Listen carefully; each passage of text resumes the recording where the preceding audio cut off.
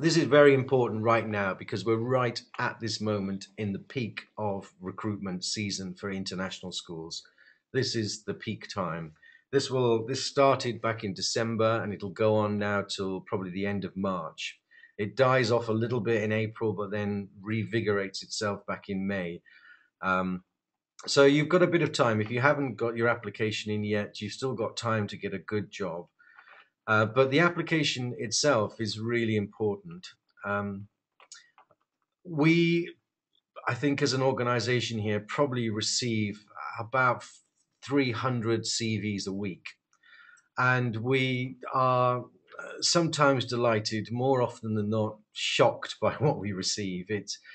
Sometimes CVs are really great, and people have put a lot of time and effort into them, and sometimes they are really dreadful. You do need to spend time on these things. You have to remember that head teachers and we receive so many of these. And if we are stumbling over your CV, we're not sure how long you've worked in a certain place, we're not sure specifically what qualifications you have, we're not sure about your references or think something like this. If anything sort of strikes our attention as being out of the ordinary or unexplained or just difficult to really fathom, then the chances are that your CV will not be selected. In fact, you can imagine a poor head teacher sitting at home going through as many as 100 CVs. If the CV doesn't jump out at them straight away, and if it's not easy to follow, then it'll be put to one side and forgotten. It's really important to create a good CV. It's also good to think about it in terms of an international perspective. You need to think about what an international head teacher is looking for in a CV.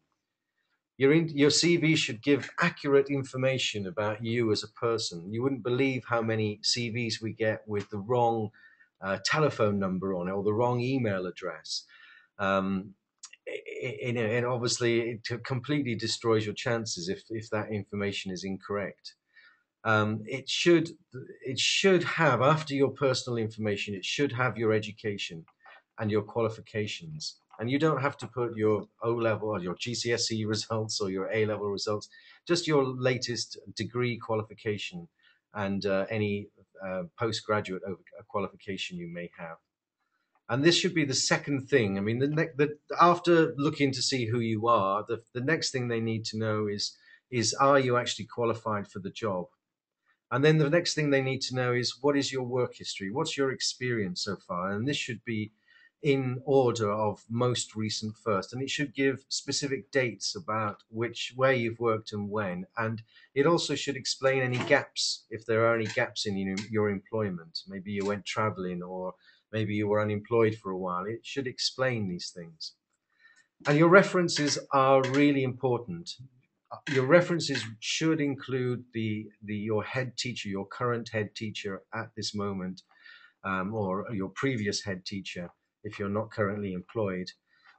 Or if that is difficult because you haven't told your head teacher yet that you're leaving, it should include your previous head teacher or perhaps your head of year or your head of section. Um, and you should also make sure that you ask your referees that it's okay for them to be used as a reference.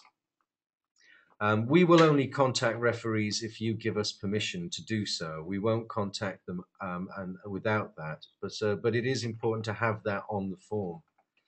Also, not on there, I think it's also important to put down interests as well. What are your interests? I mean, this is important because when you go and work overseas, you'll be joining a community, not just a school, and you'll be expected to be involved in lots of different aspects of that community.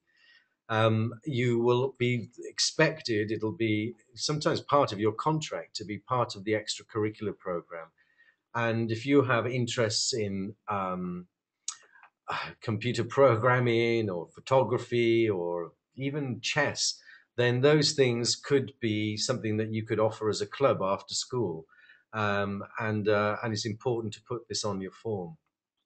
In your personal information, we think it's important to put down your marital status. you're going to have to reveal this at some point. So why not do it right at the beginning? If you have a partner who's also applying, it's important to put their information down, a very brief thing about, yes, teaching partner, biology teacher, whatever, and the name, so that if you're applying together, your CVs can be linked. Do you have children? Put whether you have children and their ages. This is going to be important. At some point, you're going to have to reveal this information. Why not at the very beginning? Putting a photograph on your application, we think that's important. It just helps to personalize the information that you're giving over and puts a sort of a face to the information that's there. Um, Along with your CV, you will also want to write a personal statement. And this statement will describe what you value in teaching and learning. How do you think learning takes place best in your classroom? Um, it will include what you can offer to a school. What other things you can offer inside and outside the classroom, and why they should consider you as an applicant. And that letter of application, and to some extent your CV, should be tailored for the specific job that you're going for. Don't just think that your CV can be sent out to any job. You may want to slightly tailor your CV to highlight certain things that may be in the school's job description, or it may be in the job advert that you've seen. It's quite important to do that, and particularly with your letter of application. Don't send any application out that says, "Dear Sir or Madam," or "To whom it may concern." Websites can tell you who the head teacher are within a few seconds. If they're the ones that are involved in the recruitment program, make sure that the application is relevant to that particular person. So those things are important. It's very important to tailor your application to the specific school. So I've said most of these things up here. Limit the CV to 2 pages. Ideally, don't go more than that. Limit your personal statement to 1 page. Check your spelling and grammar. It's amazing sometimes the spelling that we get on CVs. And finally, on this section, only really apply if you're interested in that school. Some people think it's good to hedge your bets and send out blanket CVs to hundreds of different schools, and it isn't. Heads really don't look at CVs that say "to whom it may concern." They just ignore them. And it's much better to apply for specific vacancies than to send out your CV to everybody.